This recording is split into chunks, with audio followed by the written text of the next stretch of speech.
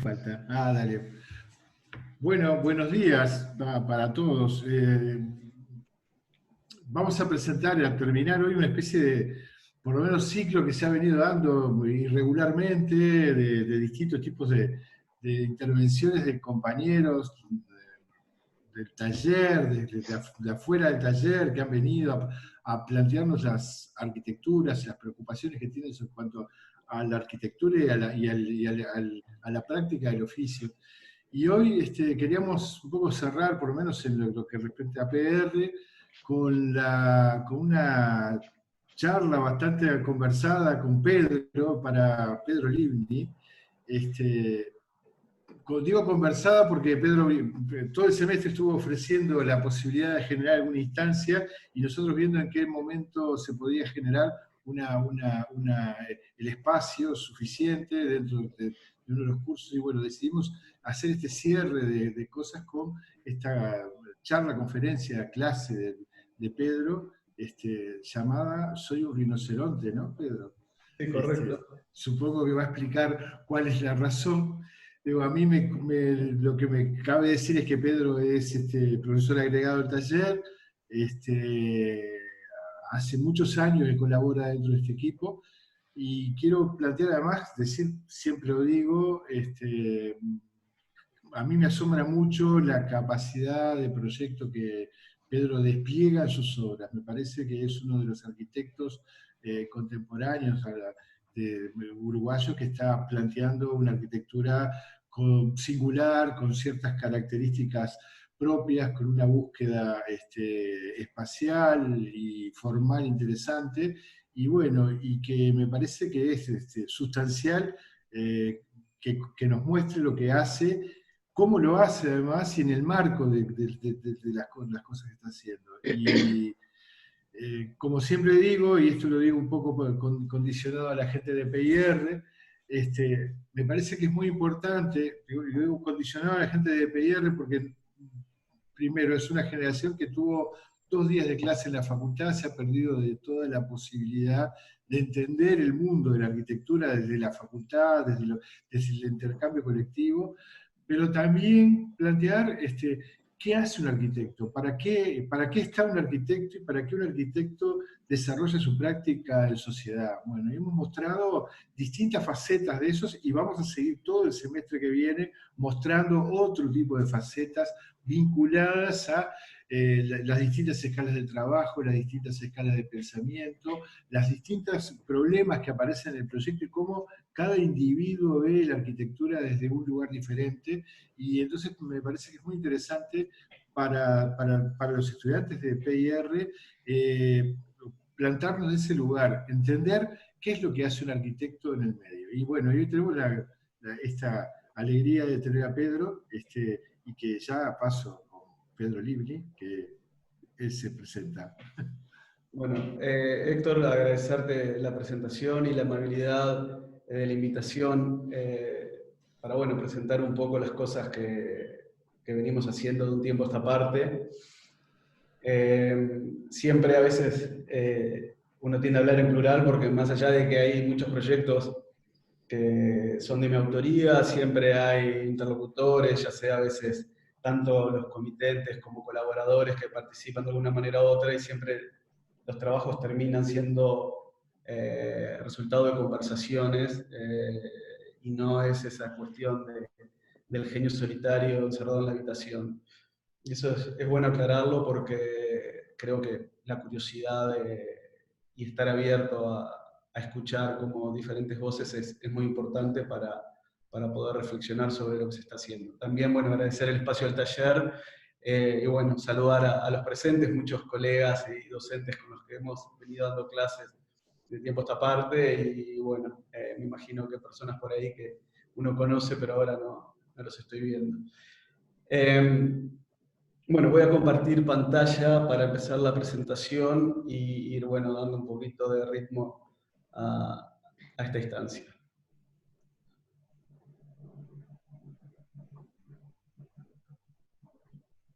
Bien. Perfecto. Bueno, esta presentación que se llama como se veía en la primera imagen. A ver, ¿por qué no? Ahí va. Bien, soy un rinoceronte. Viene a cuento un poquito de estas dos imágenes que para mí son muy importantes, ¿no? Sobre todo esto surge de una conversación con Gonzalo Carrasco, gran amigo con quien llevó un proyecto editorial que se llamaba Stock Project, que por allá, por el 2009-2010, empezamos a ver, y sobre todo él hizo una reflexión acerca de este hipopótamo, de este rinoceronte, que me sirvieron como disparadores para reflexionar y tomar cierta conciencia de algunas cosas que a veces surgen más intuitivamente, y después uno empieza a intelectualizar y a sistematizar como herramientas de proyecto. Por un lado, estas dos imágenes, el rinoceronte que está a la izquierda, es un rinoceronte que Durero, Albert Dücker, dibuja en 1515, y que tiene una historia bastante particular y que resulta muy, muy singular e interesante de contar. Trata, ¿no?, de un rinoceronte que le habían regalado al rey de Portugal por aquel entonces, y el rey de Portugal decide enviárselo como regalo al Papa León X.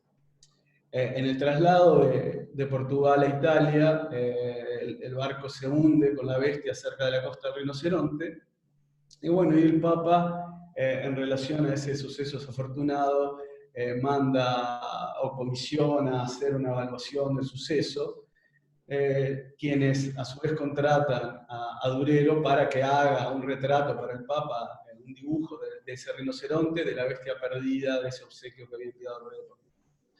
Durero casualmente nunca había visto un rinoceronte, entonces para hacer el dibujo de este rinoceronte se basa en los relatos de personas que sí habían visto un rinoceronte. Entonces cuando uno mira, ¿no?, el dibujo de Durero, uno reconoce un rinoceronte, pero es un rinoceronte extraño, que tiene una especie de armadura, tiene algún cuerno de más que sale del lomo, tiene una exageración en las pezuñas de los pies, etc. Una cantidad de elementos que lo hacen el rinoceronte de Durero y le dan esa condición singular en relación a todos los rinocerontes. Un rinoceronte ficcional, pero que probablemente a través del tiempo se ha constituido una de las imágenes del rinoceronte más pregnantes a lo largo de la historia. Y por el otro lado, tenemos este hipopótamo de Georges Cuvier. Cuvier, científico, ¿no?, ya perteneciente al mundo de la ilustración, con esa metodología objetiva que tenía el aforismo bastante particular, que decía: denme un fragmento de cualquier hueso y yo le reconstituiré todo el esqueleto. Entonces este esqueleto del hipopótamo de Georges Cuvier, ¿no?, es la reconstrucción de un esqueleto que parte a partir de un fragmento, reconstruye objetivamente todo el esqueleto, pero es el esqueleto de todos los hipopótamos, asimismo de ninguno.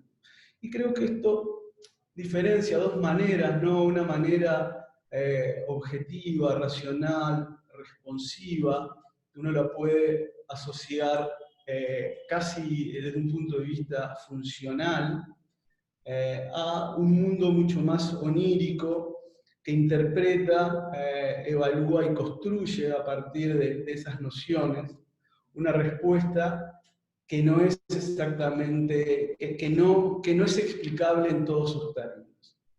Y creo que muchas de las cosas que hacemos en el estudio intentan, ¿no?, se aproximan más a ese lado, ¿no?, que confronta por un lado estos dos mundos, el mundo de la autonomía disciplinar, que tiene sus herramientas propias de establecer un orden, un ritmo, una simetría, una cantidad de elementos que uno los puede entender totalmente autónomos y fuera de la contaminación del mundo exterior, y después todo lo que uno podría entender como contexto, ¿no? Ese mundo de lo real, las dimensiones de un predio, una normativa, un encargo particular, unos medios disponibles, toda una cantidad de contingencias, un entorno cultural, físico con el que uno se quiera relacionar, que generan como, en cierta medida, una colisión que permite producir desde nuestro lado arquitectura, ¿no? Entonces, esa tensión entre estos dos mundos, pero probablemente más próximo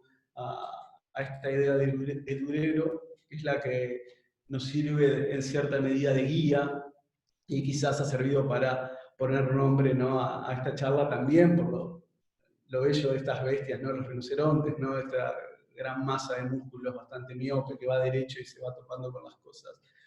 Creo que es un poquito lo que uno hace, ¿no? Uno intenta, se pone ciertos objetivos y se va, en la medida que uno va avanzando, se va topando con una cantidad de dificultades que intenta ir sorteando de una manera a veces más o menos afortunada, pero es lo que se intenta hacer. Y dentro de esa lógica, ¿no?, como veíamos esa reconstitución de este esqueleto de Cuvier, está la estructura, ¿no?, como elemento fundamental a través del cual pensamos los proyectos, que esta imagen creo que es bastante evidente, ¿no?, esa puesta en relación de los pesos para sostener cosas, de las masas en un equilibrio, que por un lado sirve de soporte, pero por otro lado también arma un relato que no necesariamente es estrictamente literal de cómo las cosas funcionan, cómo las cosas se soportan. Y uno ahí puede ver, ¿no?, desde un extremo de estas grandes luces de la arquitectura paulista, que realmente son muy conmovedoras y construyen un mundo de lo público, de lo común, muy potente en esa extensión del espacio urbano, con una construcción de un gran atrio interior, como la USP de la Nova Artigas, el anterior era el MASPI de Lina Bobardi, ese gran museo sobre la avenida Paulista, o en muchas indagaciones de ciertos artistas, como en este caso de Richard Serra o Anthony Caro, de poner ciertos elementos en equilibrio, exacerbando esa condición de relaciones de los objetos apoyados unos sobre otros. Y por un lado, ¿no?, nos gusta confrontar esa idea de lo funcional de la estructura con cierta condición de inutilidad, ¿no?, de a veces de que esos objetos tienen un lado funcional, pero otro lado afectivo, una condición como estas máquinas inútiles que regalaba Bruno Munari, que permitían relacionarse, establecer empatía, y por eso muchas veces algunos de estos elementos que tienen su función estructural en algunos de nuestros trabajos son exagerados o son llevados a formas particulares para ocupar el espacio, para construir ciertos personajes que habitan a su vez la arquitectura y nos permite establecer cierto tipo de relaciones con ellos. Un poco la manera de cómo ciertos elementos estructurales eran modificados o eran exagerados, particularmente en la obra de Shinohara, que nos resulta de mucho interés y ha sido como una referencia en muchos de nuestros trabajos.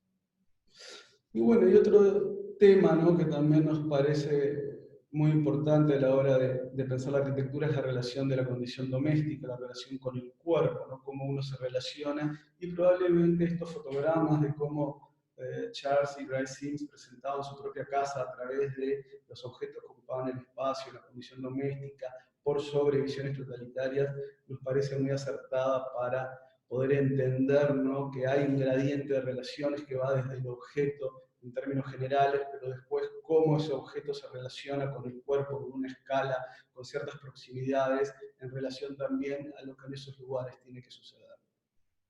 Y bueno, para ir cerrando estas especies de prolegómeno, esta imagen, ¿no?, que habla de la relación con el cuerpo y también puede volver un poco a ese rinoceronte ficcional, también este dibujo de Anthony Saint-Exupéry para su Principito nos es muy evocador, ¿no?, esta idea de esta boa que se come el elefante, pero que era vista como un sombrero para el cual él tiene que dibujar esta radiografía, pero también, ¿no?, habla de un cuerpo y de un envolvente, y creo que puede resumir muchos de los temas en términos abstractos esta imagen que trata la arquitectura, ¿no?, cómo hay una interioridad que se tiene que amoldar un cuerpo, un lugar que la habita, y un envolvente que la protege del exterior, y quizás esta relación entre la boya y el elefante que construye quizás una forma más abstracta en términos cuando la ausencia de esa radiografía, la radiografía ya no está,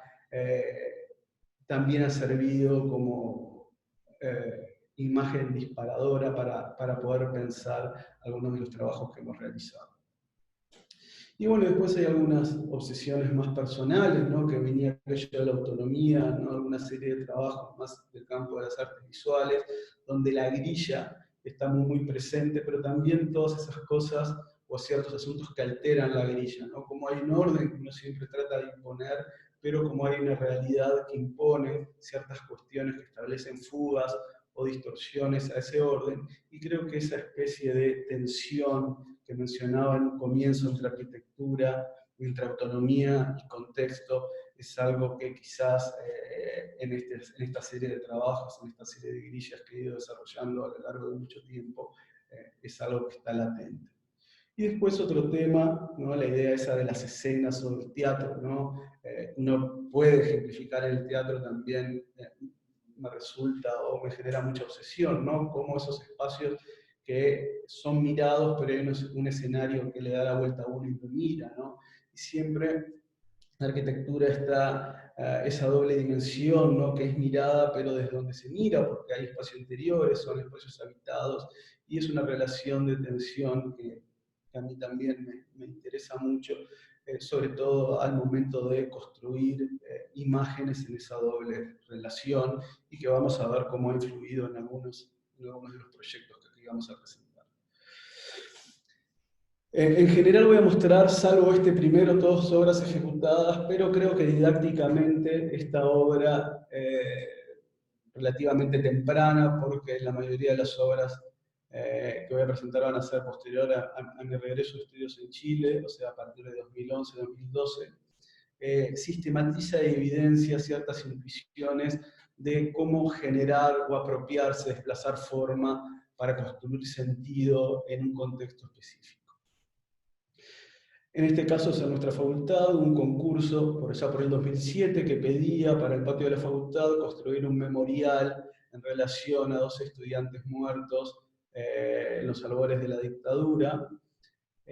Y bueno, como acto conmemorativo a este suceso bastante desafortunado. El contorno donde debía emplazarse el memorial era el patio de la facultad, y bueno, y ahí en ese sentido había bastantes libertades, salvo que había que incorporar un texto bastante, diríamos, sensacionalista, de fulano y mengano, muertos durante, bla, bla, bla. Lo que generaba ciertas dificultades en un doble sentido, ¿no? Por un lado, que cuando se conmemora algo dentro de nuestra institución muchas veces está fuera de la institución, pocas veces nos conmemoramos la disciplina o los personajes que tanto nos han dado dentro de la misma, y por otro lado intervenir en nuestro edificio, en un edificio que tiene las cualidades que tiene el edificio de Fresnedo, resulta como bastante una empresa bastante dificultosa. Entonces, para ello elegimos lo que era el estanque de la facultad como lugar de emplazamiento de este memorial, ¿no? Ese lugar reunitivo, contemplativo, uno mira, y nos apropiamos de estos textos. Don Kawara es un artista bueno, que murió ya hace algún año, conceptual, ¿no? Que establecía estas fechas, estas iniciales y fechas que tenían relación muy potente con un contexto específico, pero podrían resultar muy ajenas a alguien que no fuera relacionado con esa situación, ¿no? En este caso es marzo 5 del 2000.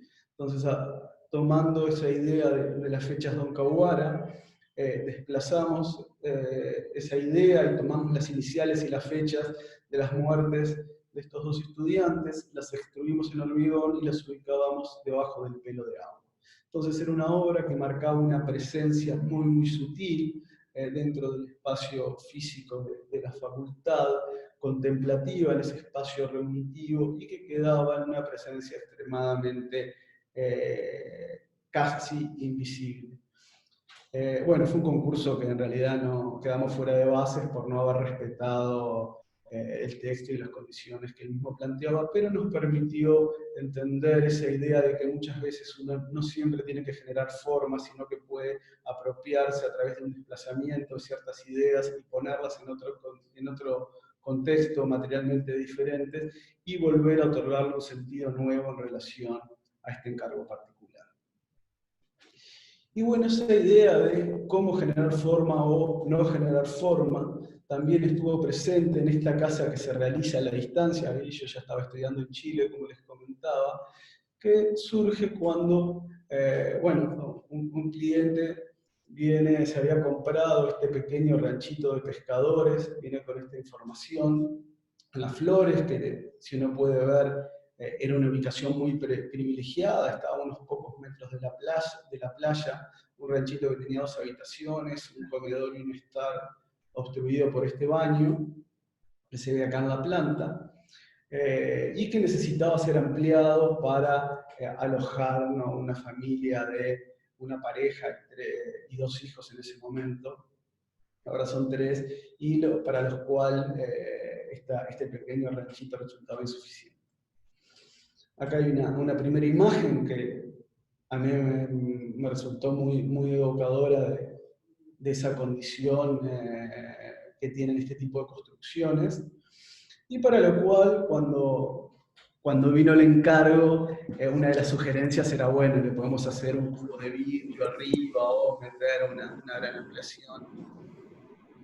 Para lo cual me pareció que romper el carácter de esta obra en relación a este lugar posiblemente no fuera lo más adecuado. Esta es ¿Sí? Bueno, bien. Esta es una foto frontal de este pequeño ranchito que estaba ahí en Las Flores. Esta es una foto posterior, ¿no?, de que tenía una relación bastante cerrada hacia el fondo, que eso era una carencia. Y después, indagando un poco, me di cuenta que ese rancho posiblemente, según contaba en un relato, había sido ocupado por Carmelo de Arzadún y estaba dentro del paisaje de estas imágenes que Carmelo había pintado de la playa de Las Flores, y que me convencí a partir de estos cuadros y de estos registros de la memoria que era necesario mantener la condición de ese rancho de pescadores sin mayores modificaciones. Entonces, si uno ve la planta del rancho original, básicamente lo que hizo el proyecto fue extruirlo para otorgarle una mejor relación frente-fondo y una mayor confortabilidad interior, ¿no? Uno puede ver que básicamente llegaba hasta este punto, el pequeño ranchito con las 2 habitaciones, se desplaza el baño que estaba en este lugar, obstruyendo la relación frente-fondo, se coloca en el medio de estas 2 habitaciones, se genera todo un espacio de estar, cocina y comedor que establece una nueva relación frente-fondo con un gran ventanal que se esconde dentro de la pared. Y básicamente lo que hace la operación es extruir la forma existente prácticamente sin modificar. Ahí uno puede ver la superposición de los muros demolidos y en negro los muros construidos. La idea original era mantener una estufa de campo que había interior, pero después lamentablemente el propietario decidió eliminarla. Y esta fue la configuración final, ¿no?, donde hay una cocina que articula entre el área de estar y el área de comedor, pero que prolonga ese espacio, y se construye una relación muy grande entre este espacio interior y el fondo que antiguamente estaba cancelado, y se agrega, se desplaza el baño entre los 2 dormitorios de pequeño tamaño, que bueno, genera mayor confortabilidad en relación al nuevo uso de esta vivienda. Pero cuando uno mira el resultado, básicamente, yo no tengo fotos de la obra terminada, estas son unas fotos que me habían enviado el propietario, yo no estaba en Uruguay, pero bueno, uno ve que no hubo prácticamente, más allá que se agrandó un poco la ventana frontal para mejorar el ingreso de la luz, y sí estuvo esa gran apertura hacia el fondo, ¿no?, que establece entre esta pieza que es la cocina, que ocupa el corazón de la casa, entre el comedor y la zona de estar, como una especie de pasaje, establece una nueva relación entre el frente y el fondo con esa ventana que se esconde totalmente dentro del muro, que modifica, cambia totalmente las condiciones de vida que la casa propone, pero en su forma no tiene o no se ve ninguna modificación. Es prácticamente una extrusión del mismo volumen. Y bueno, y en relación a otro tipo de obras o de trabajos que quizás se distancian más de de estas arquitecturas que pueden ser leídas más convencionales, está este trabajo que hicimos para la Bienal de Arquitectura de Chile, que se desarrolló en Valparaíso en 2017, es un trabajo conjunto con Gonzalo Carrasco, con quien les comentaba que llevó el proyecto Boston Project, que es un proyecto más de crítica editorial, y que planteaba, ¿no?, frente a la convocatoria de la Bienal, fue un concurso que ganamos, en vez de establecer una muestra dentro del ámbito de la Bienal, lo que planteamos fue crear un espacio de discusión sobre la condición de patrimonio futuro, ¿no? Pensado futuro de Valparaíso, ¿no? Una ciudad declarada Patrimonio de la UNESCO, pero que muestra unos síntomas de deterioro bastante alarmante, ¿no? Entonces, el proyecto se llamaba Radiaciones, discutiendo las futuras relaciones entre cuerpo, memoria y territorio. Y para ello lo que hicimos fue entender, ¿no?, la lectura en términos de patrimonio, como es leída usualmente, como esa especie de colección de monumentos, entendiendo que entre esa idea de monumentos hay una ciudad que los alberga, hay unas relaciones humanas, unas dinámicas que tienen que seguir vidas, ¿no?, y cómo se concatena, ¿no?, esa imagen más museística y fotográfica en términos patrimoniales con las dinámicas propias de una ciudad. Entonces, para ello establecimos una radio móvil, ¿no?, un pabellón que fuera una radio, un espacio desde donde transmitir con una emisora de radio discusiones con diferentes actores locales acerca de la condición presente de Valparaíso, patrimonio de la UNESCO, y su condición a futuro en los próximos 20 años, de cómo esta condición debía servir para activar o posibilitar nuevas dinámicas en estos términos. Y bueno, este es un proyecto que para el concurso era un proyecto conceptual y casi sin forma, ¿no? Nos apropiábamos de ciertas imágenes, el mapa modificado de Guy Debord, de los situacionistas de la Naked City, acá unas imágenes de William Kendrick, este artista sudafricano que en lo personal me gusta mucho, como diciendo, bueno, esto va a ser una radio móvil, y a partir, ¿no?, que iba a estar itinerante durante el espacio de la Bienal, conversando con actores sociales acerca de esta condición de patrimonio. Entonces armamos estas imágenes conceptuales que iban disparando, ¿no?, posibilidades, pero sin elaborar forma. La Bienal se iba a llevar en el Centro Cultural Cárcel Valparaíso, y este era un artefacto que al fin de cada jornada volvía a estar estacionado en el predio de la Bienal, para, bueno, un poco retransmitir estas cuestiones que se habían ido sucediendo a lo largo de los itinerarios diarios. Y bueno, y a partir de eso diseñamos este artefacto, que en realidad era una especie de caja que se abría, que conformaba una habitación donde se podían suceder estas entrevistas, y tenía el equipamiento para su transmisión al aire, tanto con un micrófono en altavoz en el espacio público donde estas conversaciones se estaban dando, como para retransmitirlas por una estación de radio y en un canal de YouTube. Bueno, acá es la estructura de este carro, que era tirado por una camioneta. Compramos la base de un carro y le reconstituimos esta habitación, ¿no?, que es una estructura y un envolvente. Hicimos una prueba de colores, por el cual terminamos en relación a cierta iconicidad en el espacio público. Elegimos el rojo, y los dos laterales se abrían para prolongar el piso de ese espacio y habilitar un lugar donde 2 o 3 personas pudieran conversar.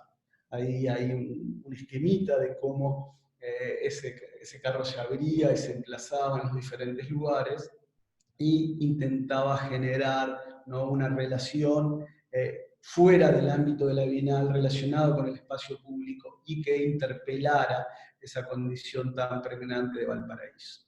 Y uno puede ver ahí el carro, ¿no?, cómo fue ido habitando diferentes espacios, convocando a diferentes actores sociales que conversaban, y poder establecer cierta relatoría, ciertas ideas de la construcción de futuro, ¿no? Entonces, ahí está Gonzalo Carrasco sobre la izquierda haciendo una de las entrevistas, y desde cierta, diríamos, posibilidad de acción por sobre la exhibición que planteaba en principio el concurso de la Bienal, creemos que fue una operación bastante exitosa, que podría ser replicada en otros ámbitos.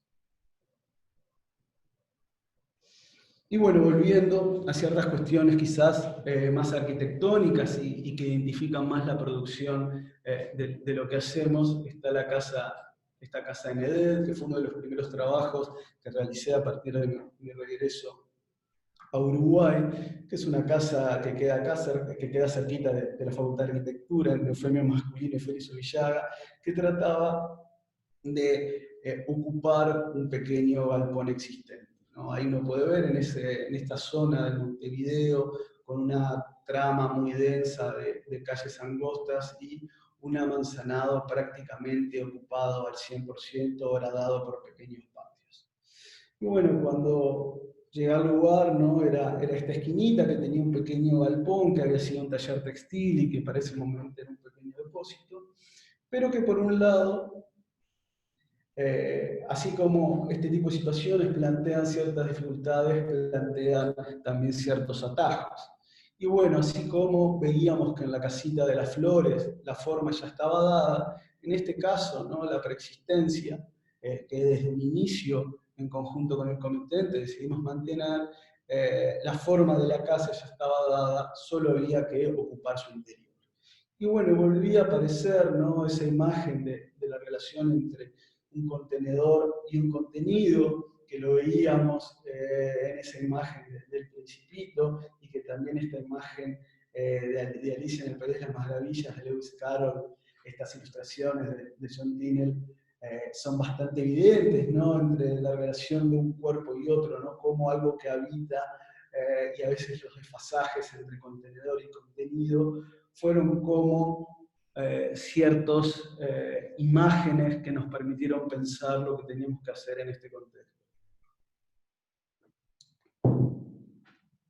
Y bueno, volvía, ¿no? Esto es la imagen del Principito, que había estado presente en un proyecto que habíamos hecho poquito tiempo antes de ir a Chile, en este caso con Fernando de Rosa, gran arquitecto muy amigo, ¿no? Que era un gimnasio adentro de un estacionamiento que frente a una grilla muy ordenada de columnas que pautaban el estacionamiento, decidimos invertir esa relación y hacer un vaciado de una forma blanda que construyera el espacio común de ese gimnasio, ¿no? Acá uno puede ver la grilla, uno puede ver esa relación entre la preexistencia y la operación y esa especie de forma blanda que habilitaba el espacio común que vinculaba con el resto de los espacios más utilitarios de este gimnasio que está ubicado en el Montevideo Shopping. Y bueno, esa idea, ¿no? Pero acá invertida en esta casita MD, estaba la caja, estaba el galpón, y en vez de vaciar el interior había que habitar ese galpón, había que introducir una máquina que construyera la vida que dentro de ese recinto se iba a dar. Y a partir de ahí, ¿no? Vuelve William Kentridge, este artista sudafricano que les comentaba, que también había estado muy presente en este trabajo que habíamos hecho para Valparaíso, que bueno, que tiene esta serie de performances donde él a través del movimiento del cuerpo adapta a través de coreografías y se convierte en otras cuestiones, en este caso un caballo, pero también tiene unos dibujos de rinoceronte extremadamente geniales. Y bueno, a partir de esta idea, ¿no? De un cuerpo que se acomoda y se convierte, se transfigura en otra cosa, aparece esa idea de articular un cuerpo que habite, que ocupe, que construya una máquina interior que ocupe el galpón. Entonces tenemos una primera planta baja libre, un cuerpo, ¿no? Que habita con sus dos piernas, que construye los dormitorios, que hace un primer nivel, y un cuerpo que se pliega, que construye el dormitorio principal, asomando por la azotea, que va a ser esta máquina que habita ese galpón preexistente. Y bueno, y esa imagen de la estructura sobreexagerada que habíamos visto al comienzo de esta presentación, vuelve a ser un tema bastante presente en este caso, y bueno, la volvimos a utilizar como tema recurrente. Y ahí está un poquito la idea, ¿no? Un gran pilar que aguante esa máquina de vida interior que empieza a ocupar el galpón y que se transforma en este dispositivo que se introduce, ¿no? Uno puede ver una planta baja libre, una escalera que comunica con un par de dormitorios que asoman como brazos en ese gran vacío. Entonces, siendo una casa muy pequeña, logramos otorgarle muchísimos metros cúbicos, y después un segundo nivel donde tiene una salida a la terraza y el dormitorio principal, que utiliza la cubierta del galpón como espacio de extensión en la medida de que el predio es extremadamente pequeño. Ahí uno puede ver una axonométrica donde está lo preexistente, que se le produce un nuevo amontonamiento en relación a ese cuerpo que ocupa el espacio, que lo vuelve a habitar, y esa pieza que se introduce y establece una relación de tensión entre lo preexistente y lo nuevo. Esas son unas maquetitas que desarrollamos del cuerpo, ¿no?, entre estas dos piezas, la pieza existente y la pieza que lo ocupa.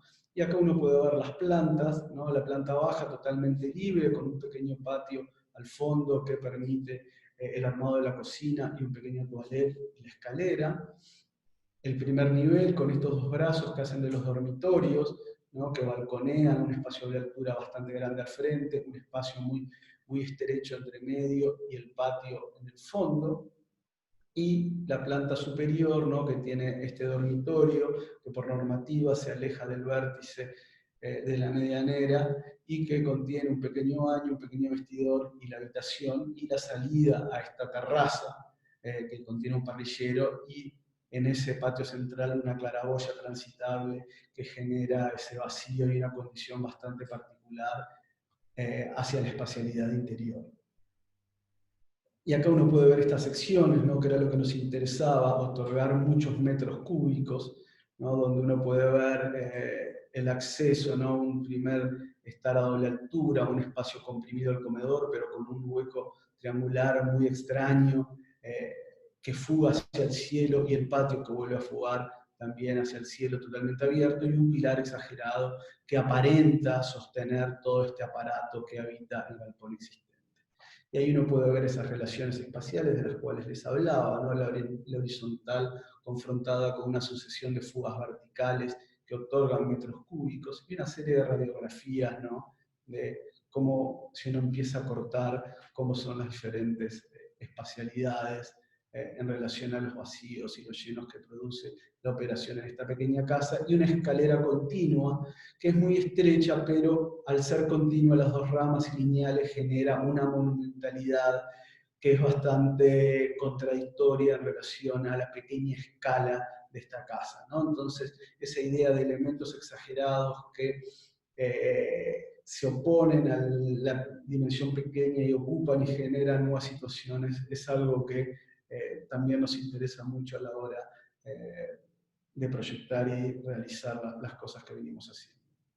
Ahí uno puede ver una axonométrica del vacío, ¿no?, del volumen vacío que queda capturado en esta casa, la idea del nuevo ventaneo en el galpón existente, ¿no?, que pensábamos que en algún momento iba a estar todo grafiteado. Y acá ahora unas fotos que parten desde el proceso constructivo hasta la casa finalizada.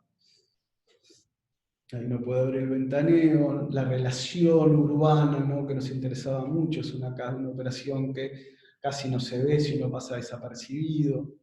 Es el galpón preexistente con una pieza que asoma sobre la azotea, pero que tiene una interioridad bastante particular apoyada sobre ese pilar que se despliega en una B invertida y se exagera su tamaño, sobre todo para ocupar el espacio y generar una especie de centro rotativo que permita que el espacio, más allá de que no esté ocupado, esté habitado por la estructura. No, es una casa en steel frame, extremadamente económica en su realización.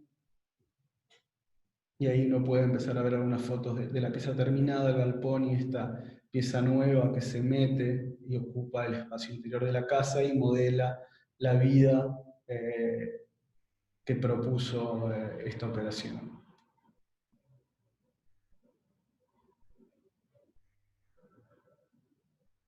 Acá un recorrido entrando, ¿no? Ahí uno puede ver ese pilar, esa secuencia de espacios, ¿no?, este espacio estrecho triangular con la claraboya transitable en la cubierta, el patio al fondo. Y esta es la escalera, ¿no?, que es muy estrecha, pero al estar puestas las dos ramas, una a continuación de la otra, lineales, genera una monumentalidad que es un poco extraña para la pequeña escala de la casa. Este es un posible futuro dormitorio que se mantiene abierto como un estudio en relación a ese espacio triangular que deja entrar la luz de manera muy particular. Llegamos al segundo nivel, donde giramos, podemos acceder a la terraza o pasamos al dormitorio principal, todas las piezas de unas dimensiones muy acotadas. Acá la terraza con el parrillero, ahí se ve en el piso la claraboya transitable, coplanar con el deck de cubierta, ¿no? Y ese paisaje de azoteas muy típico de Montevideo, que pauta prácticamente nuestro imaginario y que fue muy bien captado, sobre todo en la serie Claraboyas de Nelson Ramos, quien fuera con quien estudié arte en la última etapa, que desde el arte tenía cierta mirada arquitectónica muy particular. Acá saliendo, ¿no? Uno puede ver esa idea, ¿no? De que hay una fachada que distorsiona en ese aventanamiento la escala de lo que adentro sucede.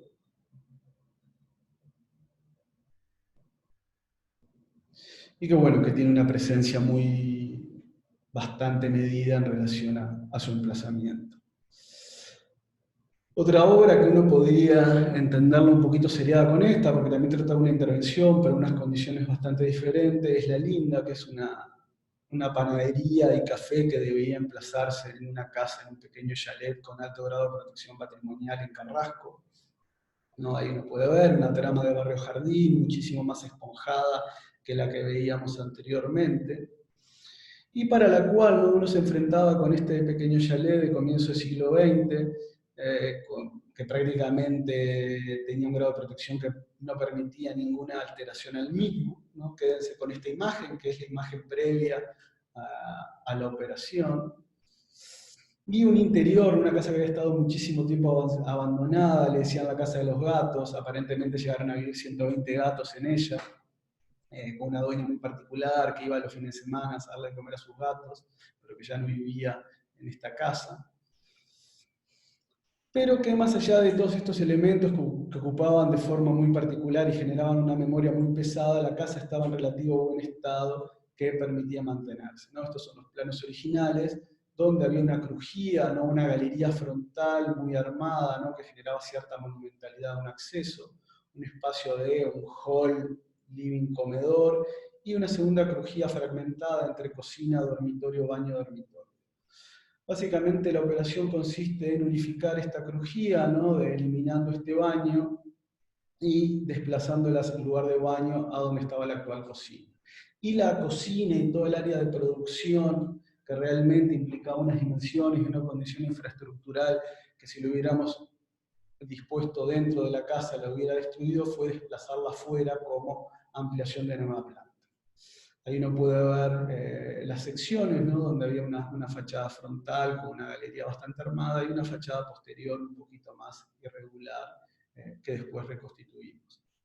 Y bueno, y acá vuelve a estar muy presente esa idea de la escena, ¿no?, del teatro, de construir una imagen, ¿no?, de donde miro, pero a su vez que se puede mirar, ¿no?, cómo mirar ese lugar de producción, que también tenía cierta relación con estos teatros científicos, ¿no?, de allá del periodo del Renacimiento, ¿no?, donde estaban estos lugares de autopsia, ahí se reunían todos los personajes a ver, y era fue una imagen muy pregnante, ¿no?, como la idea de ver ese lugar de disección, como si imaginábamos la cocina, ponerlo de manera totalmente expuesta, como si fuera la escena de este nuevo lugar y que diera un nuevo significado, un carácter que subvertiera la condición doméstica para la cual esta casa había sido realizada. Y bueno, en relación a esas dos imágenes apareció la película de Peter Greenaway, el cocinero, el ladrón, el ladrón, su mujer, el cocinero, el ladrón, su mujer y su amante, ¿no? Donde lo bonito de esta película es que se desarrolla toda en unos mismos set teatrales que iban cambiando, y por un lado estaba el mundo de la cocina, donde pasaban toda una cantidad de cuestiones muy particulares, y por el otro lado estaba el mundo de los comensales, totalmente aislado, ese mundo bastante más oscuro, ¿no?, guiado como gran personaje, el ladrón, este gran mafioso, en torno a lo cual giraban todas las conversaciones. Y la idea para este proyecto fue plegar esos dos mundos, ¿no? El mundo de la cocina y el mundo de los comensales en una misma escena que se superponieran y que a su vez se maclara o se incrustara descalzando cierta parte de esta casa existente, ¿no? Entonces ahí aparece nuevamente la idea de la estructura, en esa relación de poner ciertos cuerpos en equilibrio, ¿no? Y aparece, la casa tenía una pequeña ampliación de 2 plantas que sirvió de pretexto, que era así modificable para poder incrustar esta nueva operación de una gran viga sostenida nuevamente en un pilar en B invertido, pero que dejara una gran vidriera y que exhibiera ese mundo de producción de la cocina y de la panadería que generalmente está oculto a la visibilidad de los comensales. Un poquito, ¿no? Poniendo al descubierto esa mesa de disección tan particular a la cual refería, ¿no? Y que produce una colisión entre mundos que el conde de Notremont y Sir Ducas, ¿no? en sus famosos relatos. Y bueno, y acá está la operación, un poco estaba la casa existente, esa nueva viga, el mundo interior de la cocina, el jardín, y cómo se establece una relación visual, ¿no? Donde este mundo de la producción se constituye en una escena visual que pasa a ser el motivo del proyecto, ¿no? Un poquito como ciertas imágenes, como la flagelación de la hostia de Paolo Uccello, ¿no? Que había una secuencia de episodios que iban sucediendo, segregados en diferentes habitaciones. La idea acá es como desmontar, ¿no? Esa división entre habitaciones para que todo quedara evidente. Y cuando uno mira, ¿no? Está la casa, que básicamente se elimina el pequeño baño que estaba en el medio de la segunda crujía y se establecen 2 baños donde antes estaba ocupado por la cocina, y se establece esta ampliación de nueva planta hacia el fondo que construye todo el espacio de producción y que hubiera sido bastante nefasto colocarlo dentro de la casa existente. Y ahí uno puede ver, ¿no? Cuando uno mira los muros nuevos, la operación es relativamente sutil, pero de gran impacto en relación a la preexistencia, ¿no? Eso es el área que se extiende de nueva planta, donde se incorpora el sector de cocina, el sector de panadería y el sector de servicio, donde hay cámaras de frío y un patio de servicio. Y uno puede ver cómo en la fachada, ¿no? Hacia el frente, prácticamente la casa parece inalterada. En esa sección longitudinal aparece sí la intervención más rotunda, ¿no? De esta pieza que descalza la casa existente. Y cómo, a su vez, al eliminar este baño y mantener los pavimentos, se mantiene una memoria de lo preexistente, pero se reconstituye una relación frente-fondo que antiguamente la casa no tenía. Es una axonométrica. Y ahora vamos a ver una serie de imágenes del proyecto realizado y algunas fotos de construcción. Un tema no menor, ¿no? En todo este tipo de trabajos es que, acompañado a estas ideas de carácter más abstracto que permiten ir definiendo o acercándonos a lo que queremos hacer en relación a los diferentes encargos concretos, está después la precisión, ¿no? Del detallado de los diferentes elementos, cómo el techo de isopanel se encuentra con la viga, que a su vez tiene una aleta inferior más alta, que permite sacar el vidrio al exterior, que a su vez hay una reguera que permite todo el piso interior de la cocina, baldearlo, y a su vez si llega a haber alguna condensación también, que el agua corra por esa reguera longitudinal, el encuentro entre el pilar, las diferentes planchuelas. Hay toda una precisión constructiva de cómo estas cosas después se tienen que realizar, que no es menor y que no puede dejarse de lado para, con determinados medios disponibles, poder capitalizar ciertas imágenes que surgen en un inicio de manera más abstracta. ¿No? Ahí uno puede ver estas 2 piezas que son como los elementos que permiten esta realización, un pilar oculto dentro del muro y la gran viga que salva la luz de 17 metros. Y ahí uno puede ver, ¿no? Esta operación, que lo más difícil fue descalzar la casa existente e introducir la viga por debajo, que se empipaba en 2 piezas, a la cual después se le apoya ese pilar, y ahí uno puede ver, ¿no? Esa gran viga, ¿no? De 17 metros apoyada en ese punto no central, ¿no? Con este pilar en B exagerado, que también en su forma remite a esta idea del sub y baja y pone las piezas en equilibrio. Y ese detalle que les mostraba, ¿no? Donde está la planchuela, los tubulares que reciben el vidrio en el exterior, la reguera de acero inoxidable y el piso de monolítico al interior. Para los baños se encontraron unas piletas existentes, se mantuvieron los revestimientos y readaptamos unas griferías de jardín pintándolas de negro para establecer cierta imagen más o cierta memoria más en relación a la casa. Y bueno, después uno veía, ¿no? Esta es la misma foto que vimos al principio y esta es de la obra terminada, prácticamente no hay cambios sustanciales más allá de que hay una puerta de vidrio por delante de la puerta de acceso para poder tener la puerta de madera abierta cuando la panadería está abierta. Y después esta secuencia, ¿no? Este primer espacio que simplemente se le abren dos pequeños lucernarios para introducir, aumentar la condición lumínica, que era un espacio muy, muy oscuro, pero no se modifica mayormente, donde se instala el espacio de la panadería, todo con muebles, con ruedas móviles, ¿no? Hay una serie de elementos que ocupan el espacio pero que no pertenecen a él.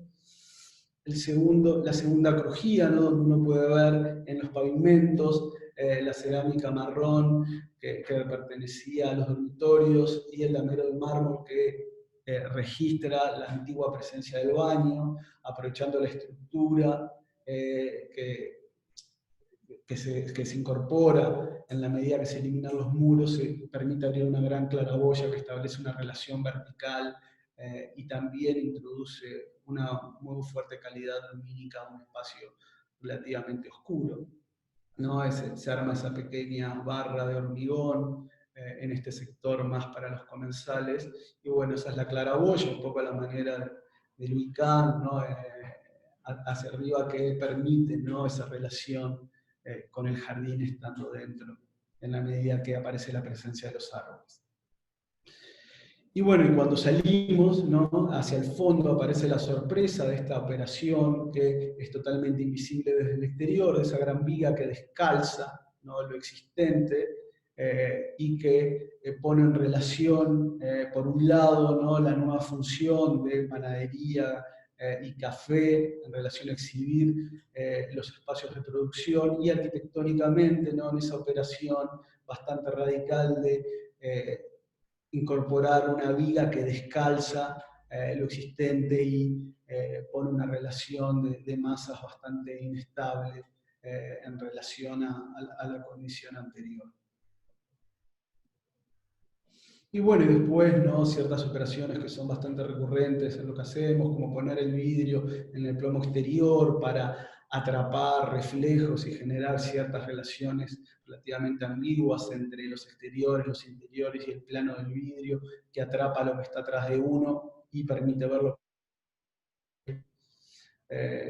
Empiezan a construir una serie de nuevas relaciones que nos parecen bastante, en este caso, que dieron bastante resultado. Y cómo, bueno, el vidrio genera, ¿no? O duplica según desde donde uno lo mire en su condición reflejante el espacio en el cual uno se encuentra.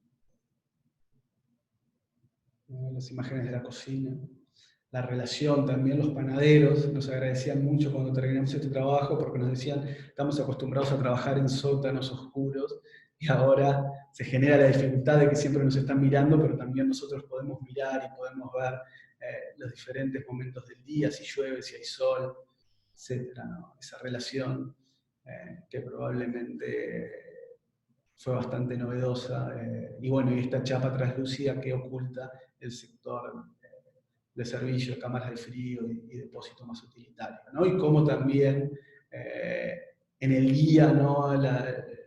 la superficie vidriada adquiere cierta condición corpórea en los reflejos, y en la noche, cuando la panadería está iluminada interiormente, la cocina está iluminada interiormente, se convierte prácticamente en un límite que desaparece.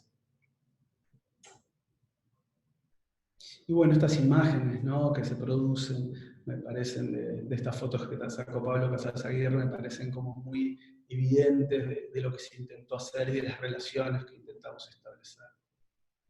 Acá hay un pequeño teaser que intenta resumir un poquito las cosas que he venido comentando.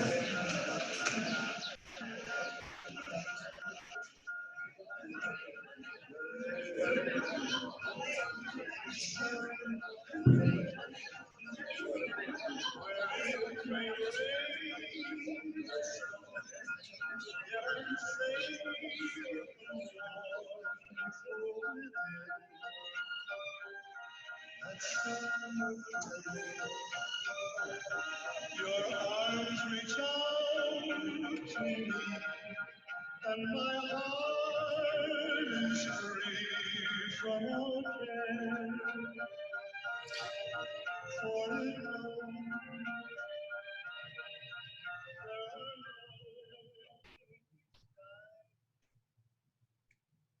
Bueno, y esta última imagen de la linda me parece de lo más conmovedora, ¿no?, que establece esa relación entre dos mundos que generalmente están disociados. Y bueno, este es un trabajo bastante más reciente, bastante más bestia, de otra escala ya, pero también implica una intervención sobre lo existente, ¿no?, que son unas oficinas en el barrio Palermo, que se dan, ¿no?, nuevamente, como veíamos en la casa de Eufemio, en un sector de la ciudad, de manzanas prácticamente colmatadas, que buscan aire a través de pequeños orificios, de pequeños patios, que eso obviamente fue uno de los temas que guió el proyecto, y que planteaba, ¿no?, reconvertir este galpón, que había sido un depósito de elementos para armar cocinas de la marca Florense, en un edificio oficina, ¿no?, con una formalidad bastante particular. Y bueno, y cómo rehacer esto transformándolo en otra cosa. Tuvimos la suerte de que había una estructura interior de hormigón armado bastante noble, que se podía completar y vaciar, estableciendo una modulación de una dimensión que era compatible con el nuevo uso, y que planteaba la dificultad de que tenía un núcleo muy sólido de escaleras y ascensor casi en el centro geométrico del edificio, lo cual dificultaba en relación a su profundidad.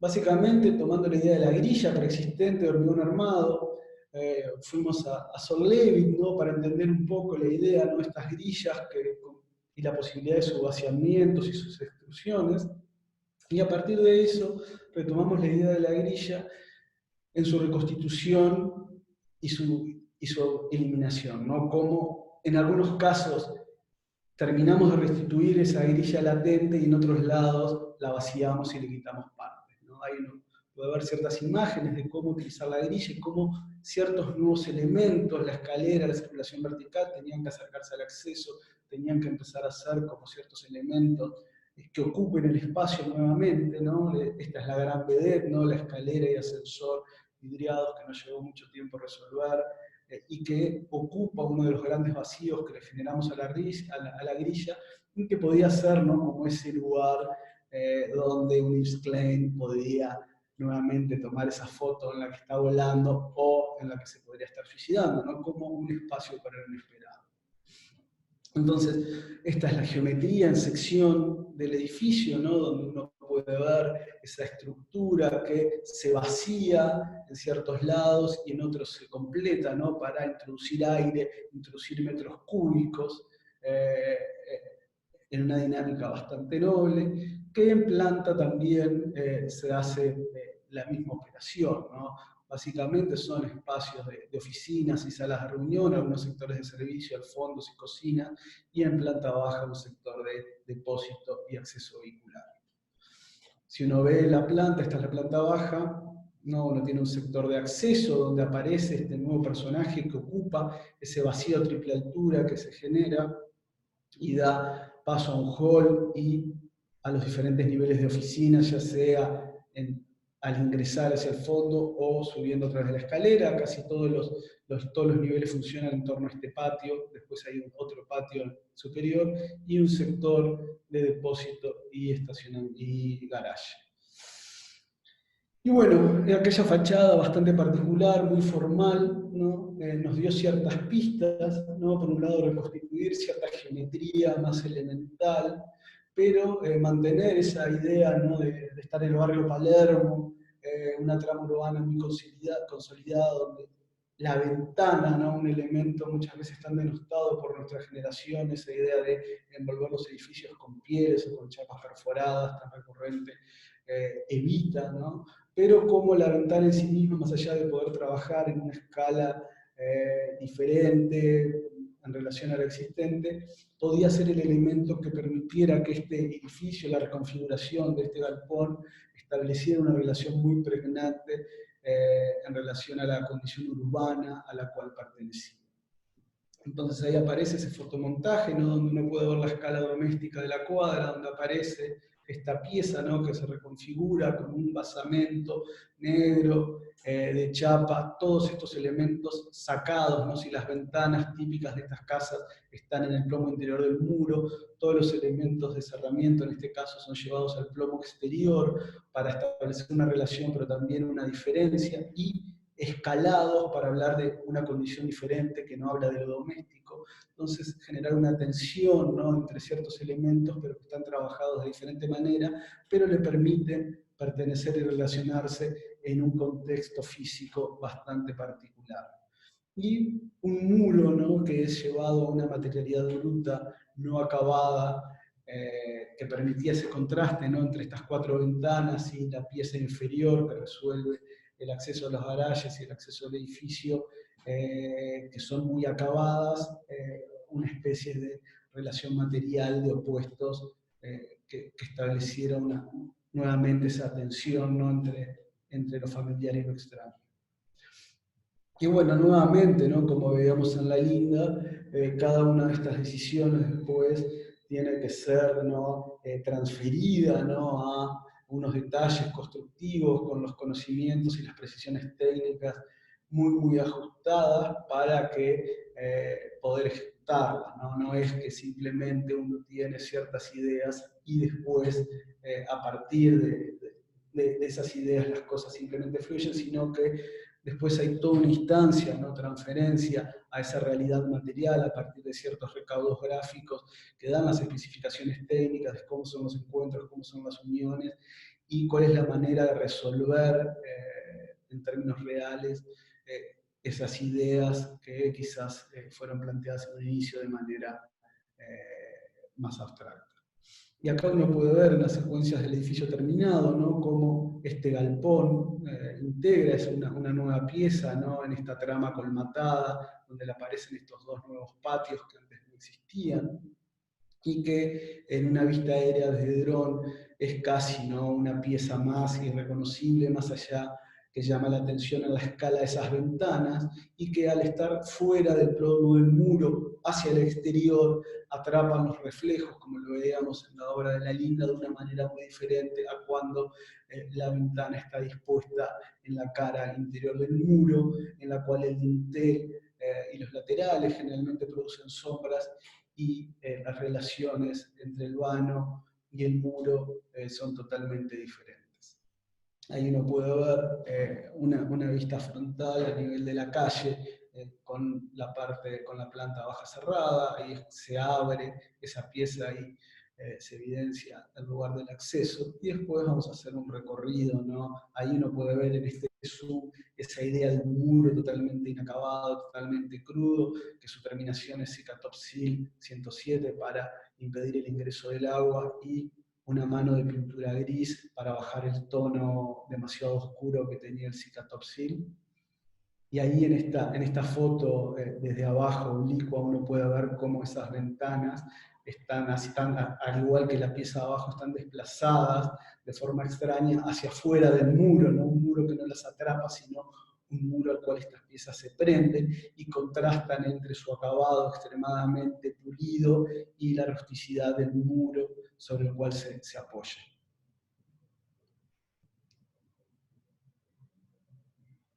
Y bueno, acá es una secuencia de fotos que van evidenciando los diferentes detalles y nos permiten ingresar, ¿no? Donde aparece este personaje que les contaba, en la escalera con el ascensor, que ocupa el espacio como un objeto extraño de otra materialidad, que se vincula, ¿no? Con estos suelos de orsobril, ¿no? Translúcidos, ¿no? Que hablan como un personaje que ocupó esa grilla de hormigón de manera extraña pero brutal, y que le da sentido, ¿no? A esta nueva operación de construcción de esta interioridad que establece una secuencia de espacios y de reflejos entre los patios, los interiores, los exteriores, que generan también ciertas distorsiones. Y bueno, y acá en esta recorrida podemos ir visualizando, ¿no? También con los cielos de hormigón crudos, todas las instalaciones a la vista, ¿no? Siempre intentando lograr como una condición áspera y bastante exacerbar las condiciones materiales para establecer una relación física lo más pregnantes posibles.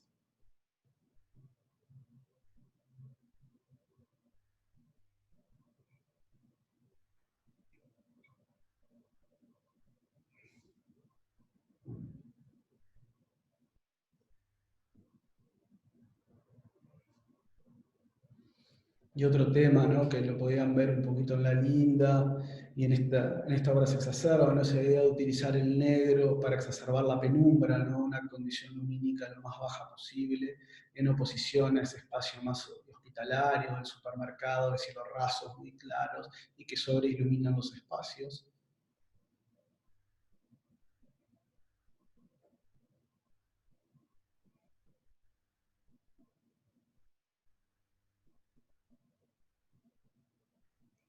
¿No? Acá uno puede ver el techo de chapa preexistente que simplemente se pinta de negro y se le aplica por arriba una capa de poliuretano para mejorar la performance en relación a la incidencia del sol.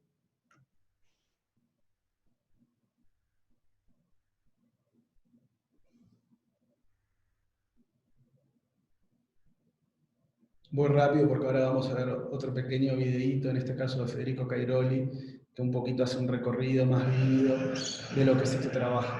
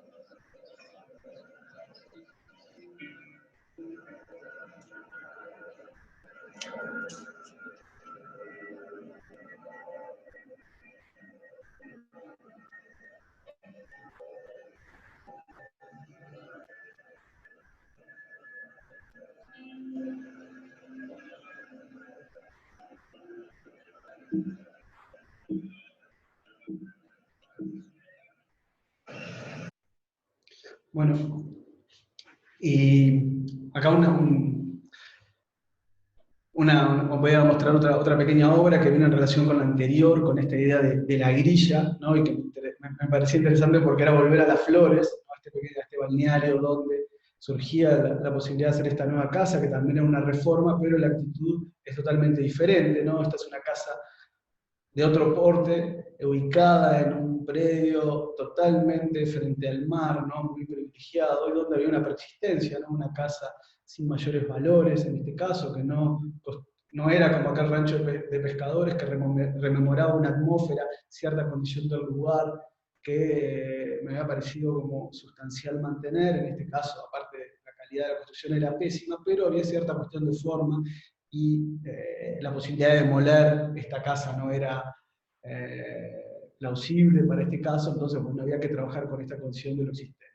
Y acá la idea fue restituir una grilla que ordenara esta casa, ¿no? Que pudiera permitir introducir el nuevo programa, de ampliarla y construir una nueva imagen en relación a ciertas ideas y ciertos deseos que esto planteaban. Entonces se introduce una gran pérgola que constituye una grilla superpuesta a esta construcción existente e intenta establecer un nuevo orden que contenga lo existente y los sectores que se ampliaban, que uno puede ver acá, ¿no? Esa es la planta resultante de esta grilla, y ciertas modificaciones de crecimiento en relación al contorno de la casa preexistente que existía cuando nosotros llegamos al lugar. Uno puede ver ahí la planta que básicamente introduce este nuevo estar en esa especie de espacio intermedio entre lo que antiguamente era una barbacoa interior y que se comunicaba con el área de la casa, que estaba totalmente fragmentada por muros.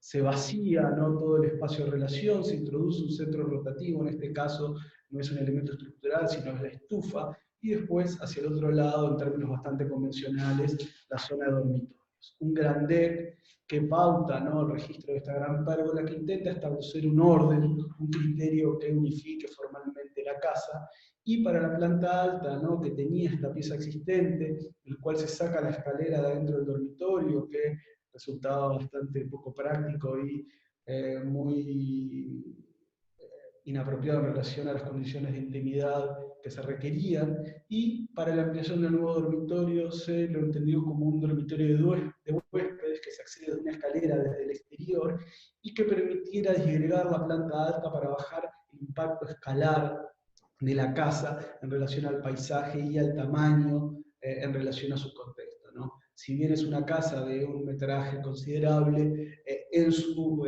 organización y en esa pérgola queda dividida formalmente en una pieza que no distorsiona en relación a la implantación de ese frente costero sobre las flores. Y bueno, uno puede ver la fachada, ¿no? Donde hay un basamento horizontal pautado por esa pérgola que reordena, y estas dos piezas, la existente y la nueva, que construyen, ¿no? Estas dos orejas en la planta alta que al estar separadas visualmente son mucho menos presentes que si fuera un monovolumen.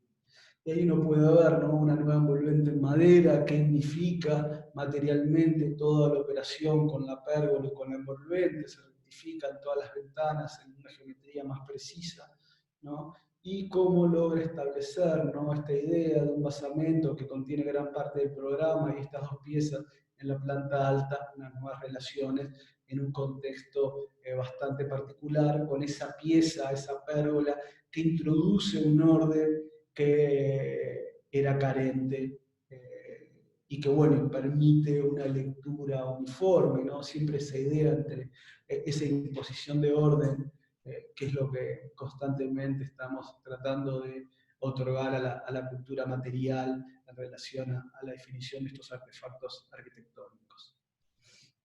Y que, bueno, que permite, ¿no? Construir unas relaciones extremadamente privilegiadas con ese frente costero, ¿no? Y esa monomaterialidad entre suelo y paramentos verticales que también resulta muy eficaz, ¿no? Y esa interioridad que les contaba, totalmente libre, que integra el estar, cocina, esa estufa que permite pivotear entre un estar más íntimo y un estar más abierto o integrado con el área de comedor.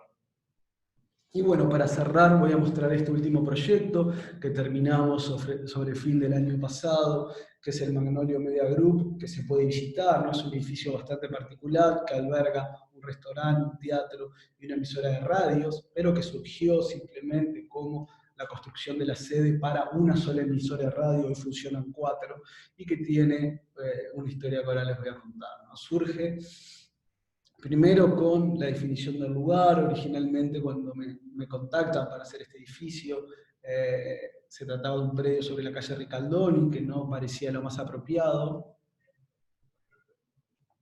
para lo cual yo recomendé este predio, ¿no? Que tenía una casa preexistente, pero que tenía un ancho muy particular en relación a esa ubicación. Se ubica en la calle Pablo de María, en el barrio Parque Rodó, donde la mayoría de los predios tienen un frente que oscila entre los 8 metros, y este lote tenía un frente de 17 metros que resultaba muy eficaz para poder tener futuros crecimientos y una libertad muy grande a la hora de emplazar este nuevo programa.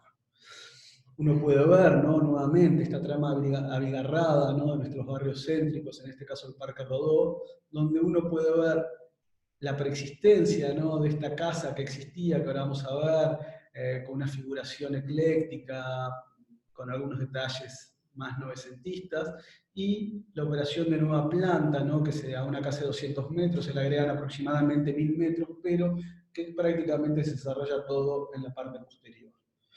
Esta era la casa preexistente, que se podía demoler, no tenía ningún grado de protección, pero que obviamente insistimos en su mantenimiento, y que permitió, ¿no? En relación a sus condiciones, introducir nuevos programas que fueron bien recibidos, en este caso por parte del comité.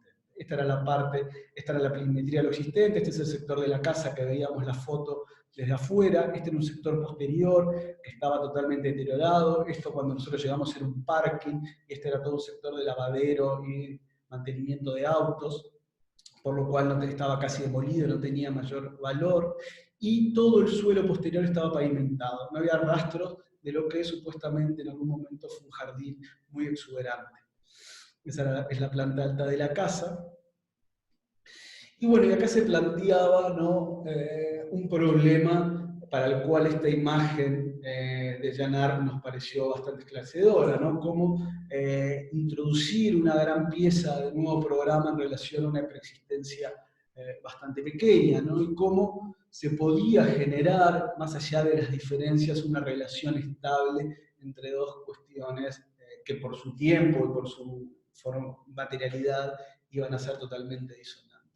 Y bueno, un poco esta es la relación, ¿no?, entre la casa existente y la operación de nueva planta, que alberga estos nuevos programas que ahora les voy a contar, y que establece esa tensión entre lo nuevo y lo existente que, como habrán visto, se ha tornado en un tema bastante recurrente en el trabajo que hemos venido desarrollando con nuestra práctica.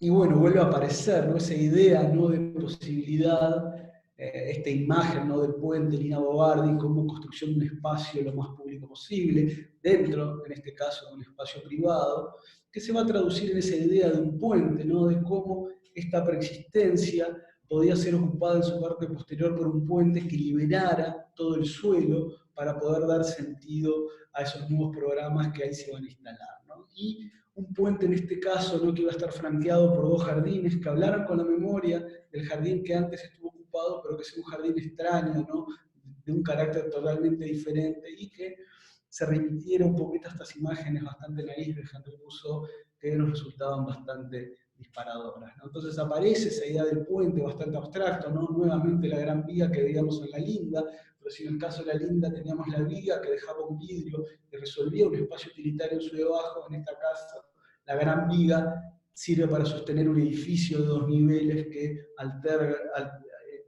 alberga oficinas de producción y estudios de radio en su parte superior y libera el suelo, que va a estar flanqueado por esos dos jardines, un carácter bastante extraño, que hablen de una nueva interioridad exterior al interior de ese predio. Y bueno, acá hay unas primeras imágenes, ¿no?, de los modelos que fuimos construyendo, donde adelante estaba la casa, que se libera a planta baja para albergar un restaurante, todo este espacio, ¿no?, del jardín, dejarlo libre con el edificio elevado para poder disponer en la parte posterior del predio el teatro, y que el espacio liberado debajo del puente sea un espacio reunitivo que funcione como un foyer al exterior de esa pequeña salita de teatro para 150 personas. Y que bueno, que esté flanqueado, ¿no?, esta es una foto del edificio terminado, por estos dos jardines, de un carácter bastante tropical, que generen una condición extraña en relación al afuera y a este interior-exterior adentro del predio. Uno puede ver, ¿no?, esa idea de ese foyer flanqueado por estos dos jardines que tienen otro carácter a lo que estamos acostumbrados más usualmente, y que nuevamente apareció acá la posibilidad de sí construir una pequeña salita de teatro, algo que también nos obsesionaba bastante, ¿no?, que se constituye en esta especie de sala negra, de caja negra, al fondo, ¿no?, con una acústica muy, muy cuidada que permite albergar pequeñas funciones. Y acá uno puede ver, ¿no?, la casa existente al frente, que resolvía el problema de forma urbana porque ya estaba hecho en relación con la ciudad, que alberga en su planta baja un restaurante, todo en el espacio elevado del puente y la planta alta de la casa, los espacios dedicados a estudios de radio y oficinas de producción, y en la parte posterior del predio, esta sala de teatro que les contaba, que en su cubierta resuelve una terraza de expansión de las oficinas y del sector del teatro, de las radios, y que debajo del puente generaba ese foyer o ese hall exterior de ingreso a la sala. Nuevamente, ¿no?, entre la unión del puente y la casa existente, la introducción de la vertical que articula entre la horizontal del puente y la verticalidad y la espacialidad de estos espacios a una altura muchísimo más generosa que contaba la construcción, y que nosotros por normativa en los 9 metros necesitamos resolver los 3 niveles. Y acá uno puede ver la secuencia de plantas, ¿no?, un pequeño subsuelo que rescavamos en la casa para construir una cava al restaurante, y un subsuelo de nueva planta, ¿no?, que resuelve cámaras de fríos y área de preparación del sector del restaurante. La planta baja, que es dejada prácticamente libre, ¿no?, donde está la planta baja de la casa existente, y una pequeña ampliación que sirve para resolver la cocina, y el hall de acceso a las radios, donde uno sube, donde hay una escalera y un ascensor. Todo un espacio exterior debajo del puente, flanqueado por los dos jardines, y al teatro, que se accede desde el exterior en la parte posterior. Acá uno puede ver cómo los tres programas, el restaurante desde acceso desde la calle o desde el lateral, la radio desde el lateral y el teatro están anclados en un mismo edificio, pero pueden funcionar con total independencia uno de los otros. Y en la medida de que avanzó el proyecto, ya estábamos comenzando a construir, adquieren el predio contiguo, lo cual permite desplazar sectores de servicio y baños que estaban en la parte posterior, agrandar un poquito la sala y con un pequeño volumen nuevo resolver baños para el teatro, sector de camerinos, oficina, un depósito en la planta alta y un sector de boletería. El primer nivel, ¿no?, donde la planta alta de la casa es reconstituida en oficinas, el puente con oficinas de producción y este brazo con los estudios de radio que asoman hacia la calle, adquiriendo una dimensión muy pública de la emisión radial y hasta hacia uno de los jardines, y en la parte posterior el teatro. La planta alta que copia, lo único que la cubierta del teatro se convierte en una gran terraza con parrillero.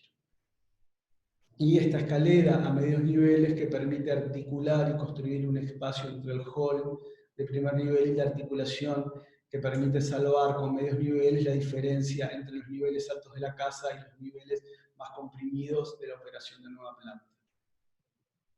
Acá uno puede ver una sucesión de secciones donde se ve el puente, ¿no? Acá una sección por los subsuelos del restaurante, en la casa existente, y uno puede ver, ¿no?, la diferencia entre los dos niveles, muy generosos, de casi 4 metros de la casa existente, y estos 3 niveles más apretados, el exterior inferior y estos dos que se resuelven con esa escalera a medios niveles que les estaba contando.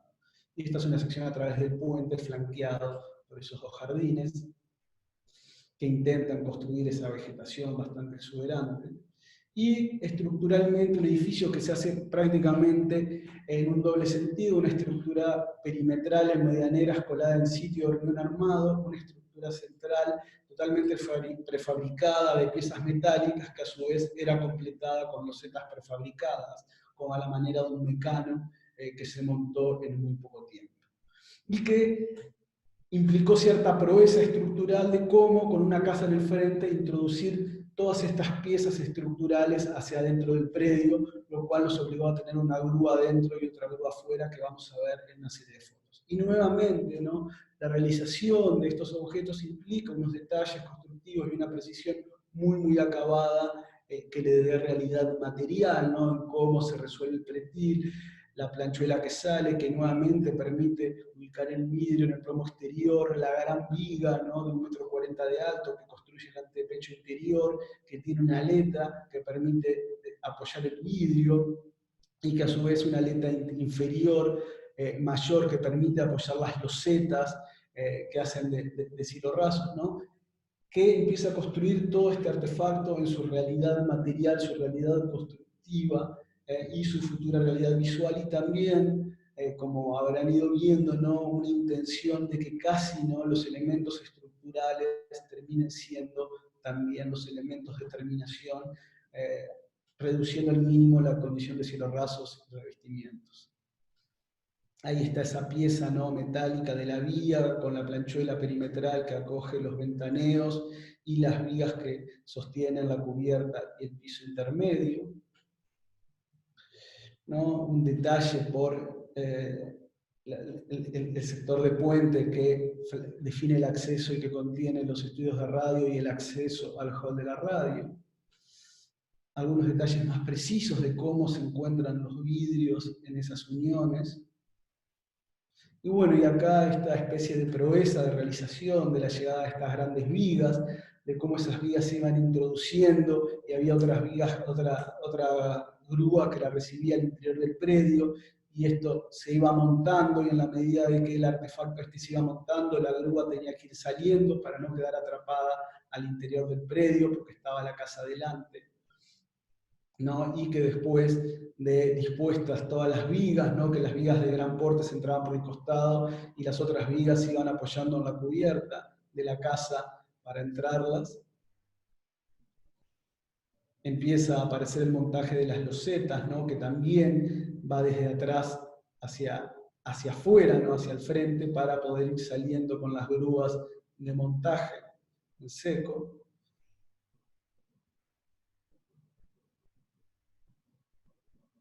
Y lo fundamental era que ninguna grúa nos quedara atrapada adentro del edificio.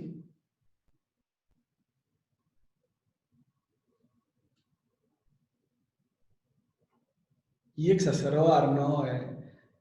La dimensión física de esa gran viga como expresividad material del edificio y la posibilidad que brindan estas losetas prefabricadas de salvar de un solo tiraje estos 9,5 metros que tiene de ancho la crujía del puente y la viga que salva los 14,5 metros de largo de la crujía del puente.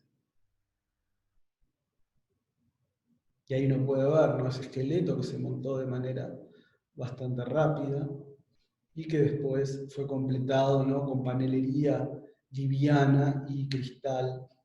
Y en ese hall, ¿no?, es donde se apeló a ciertos elementos más tradicionales de colado de hormigón en sitio para la realización de las escaleras. Y bueno, y la proeza de entrar y sacar cosas estuvo presente, ¿no?, al entrar árboles, entrar vigas, entrar transformadores, para lograr, ¿no?, esta pieza que, como les decía, ¿no?, la relación de forma urbana ya había estado resuelta, ¿no?, más allá de que hay una restauración de la fachada y un cambio de aberturas en relación al nuevo destino, y recién atrás aparece esta gran operación, ¿no?, que triplica, cuatriplica el metraje existente, pero que desde el exterior casi es imperceptible. Y ahora un recorrido rápido, ¿no?, que permite ver, ¿no?, acá uno pasa a través, debajo de los dos estudios, arriba está la radio del espectador, acá Radio del Sol, al interior está la radio urbana, de la cual ahora estamos haciendo un nuevo edificio. Ahí uno ve aparecer los patios, ¿no?, el encuentro entre lo existente y lo nuevo, la condición de medianería muy propia de este sector de la ciudad. Jardines que flanquean, ¿no?, la relación entre esa brutalidad de las vigas y la delgadez de estos pilares, ¿no?, que hay solo un pilar que queda suelto, todos los demás pilares quedan atrapados y escondidos detrás del vidrio, entonces genera una situación relativamente extraña en relación a cómo se apoya muchas veces el edificio, ¿no?, esa gran masa que muchas veces distorsiona la llegada de sus cargas al suelo. Ese es el hall, ¿no?, que les comentaba, ¿no?, que funciona, ¿no? Ahí uno puede ver la escalera que sube al sector de la radio, ¿no?, debajo de ese gran techo que es el foyer exterior del teatro, flanqueado por 2 jardines.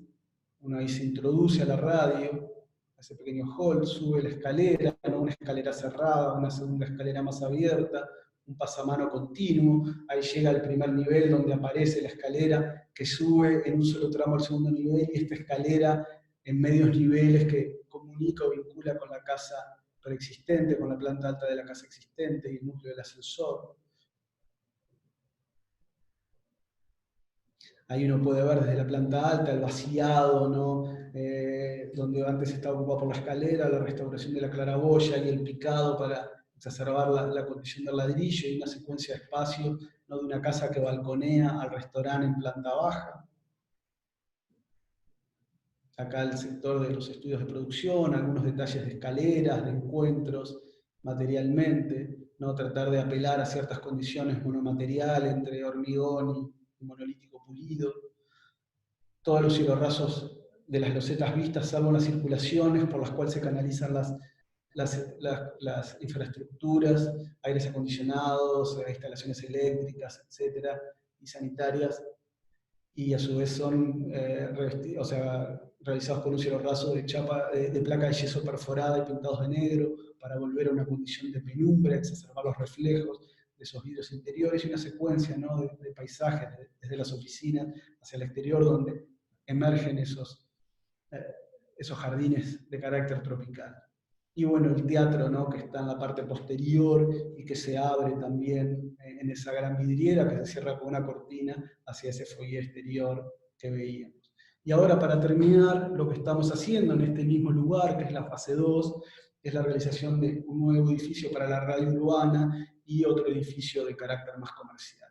Y lo que surge, ¿no?, si veíamos de esta primera idea, ¿no?, que teníamos la casa preexistente de la radio, se compran los 2 predios continuos, ¿no? Entonces la idea es, primero, generar una nueva fachada a esa medianera con un edificio sin atributos, construir un pasaje que pudiera cerrar de cierta manera, ¿no?, esa profundidad, ese debajo del puente, en una especie de itinerario más urbano y con actividades comerciales, y un nuevo edificio, ¿no?, que cerrara hacia ese lado, esa condición del pasaje, ¿no?, con nuevas actividades.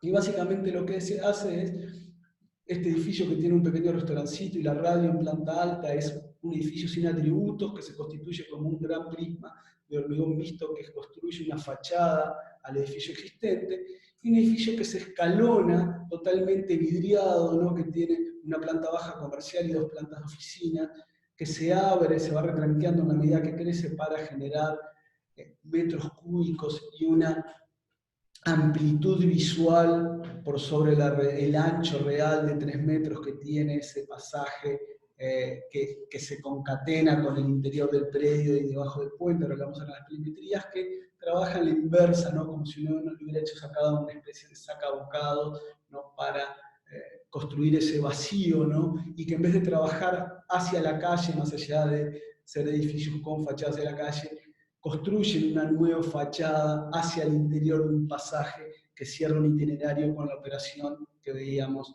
recién anteriormente descrita. Entonces acá uno ve, ¿no?, el proyecto que les contaba, con el teatro en la parte posterior y el restaurante en la planta baja. En este caso, ¿no?, está esta cajita de hormigón sin atributos que tiene un restaurante muy estrecho en su planta baja, el pasaje que se salva con una grada y genera esta interioridad y esta gran vuelta por el interior hacia afuera, y en el otro predio se ocupa el 100% con una planta baja libre, comercial, donde va a haber acá un gran local comercial, un sector de depósito, un pequeño hall con un ascensor y una escalera que permite subir a 2 plantas libres de oficinas.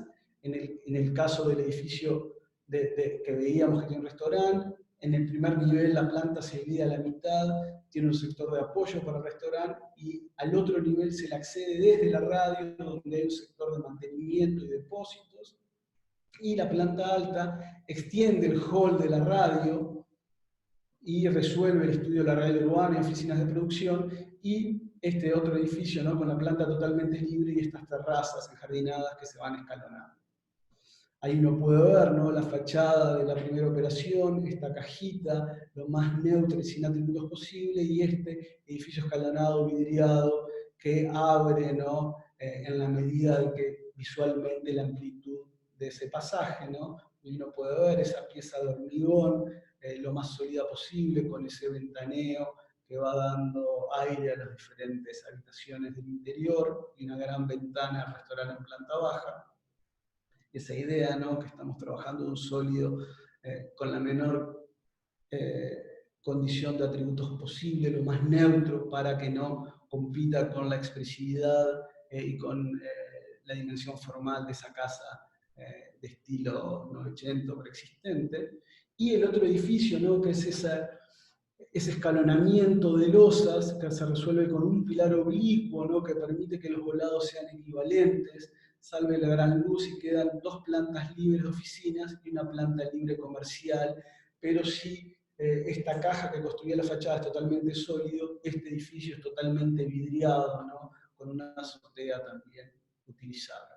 Y bueno, en estos 2 proyectos estamos trabajando y pronto de comenzar su realización en un futuro próximo, esperemos.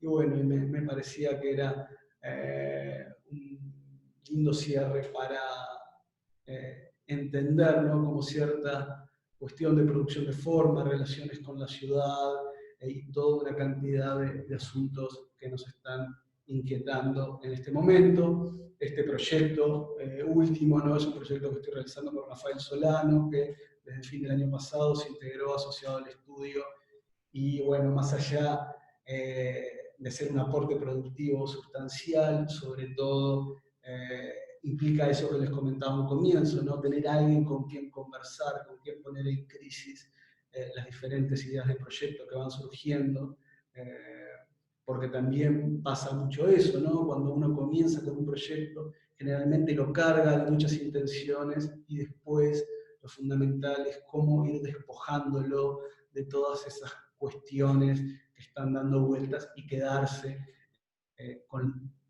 o es deseable quedarse con lo necesario. Muchas veces no se logra, a veces los proyectos quedan demasiado cargados, a veces quedan demasiado vacíos. Pero bueno, como decía Wallace Stevens, el equilibrio nunca se alcanza. Muchas gracias. No sé si hay alguna pregunta, quedo a disposición.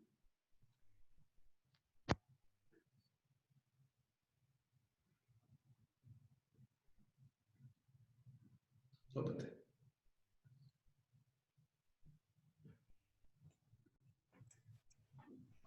Aplausos, Pedro, ¿no? Digo, no sé cómo expresar esta cosa tan fría del Zoom. Sí, agradecerte realmente dos cosas que me parece que son bien importantes, ¿no? Primero, la claridad con que exponés cada uno de los trabajos y cada una de las cosas que haces, y esto me parece que no es nada, digo, ni es pasarte la mano por el hombro, es pensar en que realmente la tarea del arquitecto se integra de lo que uno es, de lo que uno va recibiendo a lo largo de determinados procesos, y que tiene capacidad de cada una de las obras de reflexionar hacia atrás para sacar conclusiones y para buscar un camino de recorrido. A mí me parece que realmente los proyectos que mostraste tienen esa cosa que construyen un pensamiento nuevo o un pensamiento particular, y por lo tanto también nuevo, sobre cómo hacer arquitectura, desde esa visión que cada arquitecto tiene no sobre su obra, sino sobre cómo las obras funcionan en el colectivo. Digo por esto porque, si bien tu obra está signada de cosas de pensamiento individual, tiene también una presencia impresionante en tus preocupaciones sobre el entorno construido, sobre la calidad, digo, lo concreto en este último proyecto, en el del Magnolio. Esa casa no tenía ningún tipo de protección, seguramente cualquier otro hubiera operado demoliendo y haciendo una cosa nueva. Y en realidad la preocupación de recuperar para una estructura, una casa en el barrio, todo, está bien vinculado a lo de la linda, bien vinculado a todas las expresiones que te estuviste planteando. Todo por donde pasaste tiene esa consideración sobre lo previo y sobre lo que pasa con la integración del futuro edificio en el contexto, atendiendo a sus condiciones programáticas, pero en realidad me parece que y eso me parece que es un valor impresionante de lo que estás haciendo. Y la verdad, me parece que las obras están muy bien, y aplaudo que podamos tener gente que hace esta arquitectura, Pedro. Te lo digo de corazón, siempre lo sabés, me parece que es realmente, me impresiona muchísimo tus recursos que aparecen en obra tras obra y proyecto tras proyecto. Y realmente me parece que está muy claro en todo el transcurso de los proyectos que planteaste. Bueno, agradecer.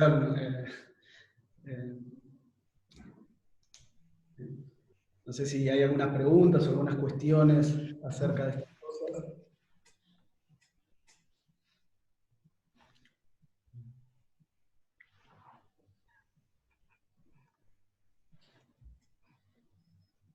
Debería haber ahí, Tatiana.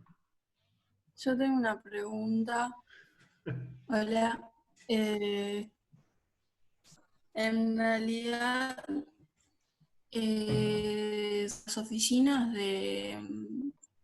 con las 4 ventanas en la fachada, no me acuerdo cómo se llamaban, que me pasó que al principio, al ver la fachada, como que me generó algo distinto al ver el interior. O sea, como que hay una diferencia, no sé si fue buscada o qué, tipo entre cómo se constituye la fachada, que es más a un color claro, y los marcos de la ventana son blancos y eso, que el interior, que está como más llevado por el color negro y por la búsqueda de la penumbra, como dijiste tú. O sea, ¿hay una intención en eso o...? Sí, en ese caso creo que ahí hay un tema que diste muy en el clavo, ¿no? Por un lado, la fachada funciona como una máscara, ¿no? Es como esa máscara que construye un frente urbano, ¿no? Si uno mira, hay 4 ventanas, pero hay 2 que dan a un espacio a triple altura, hay 2 que dan oficinas y tienen un paño móvil, con sus marcos no blancos, pero en aluminio galvanizado, entonces que juega con ese gris claro, ¿no? Que los exacerba hacia afuera, ¿no? Y que genera esa presencia, esa estabilidad en relación a un frente urbano que construye, en relación a un entorno físico y una memoria cultural de una calle tan particular como Isla de Flores, con su rugosidad, y después esa idea, ¿no? De la sorpresa, ¿no? De una interioridad un poco extraña, oscura, ¿no? Donde la vertical y ese espacio plantea cierta desmesura y que construye un universo físico inesperado, ¿no? Entonces, por eso ese personaje, ¿no? Uno llega y entra de golpe en un espacio de triple altura ocupado por esa escalera que zigzaguea en torno a un ascensor de vidrio, y creo que habla de esa doble lectura, ¿no? Entre una especie de sobriedad urbana o frente urbano con esa máscara y en oposición a una desmesura interior que no es legible exteriormente.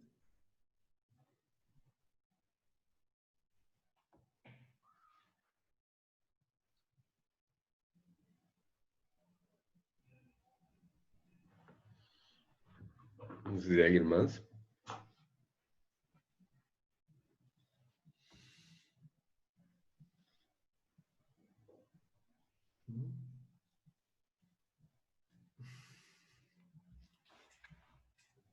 Esa escalera no es una pregunta, pero es una inquietud, pero el año pasado, cuando todavía podíamos salir, fuimos con un grupo de estudiantes a Benson and Thomas. Y tampoco es una inquietud, es transmitirles a ustedes. Me da la sensación que las fotos no le son totalmente fieles al impacto que describía Pedro de manera más fiel que las fotos que tiene esa escalera en el espacio. Realmente es un extraterrestre, juega suelto ahí, y es realmente impactante. No sé si alguien tiene alguna pregunta o lo dejamos a Pedro.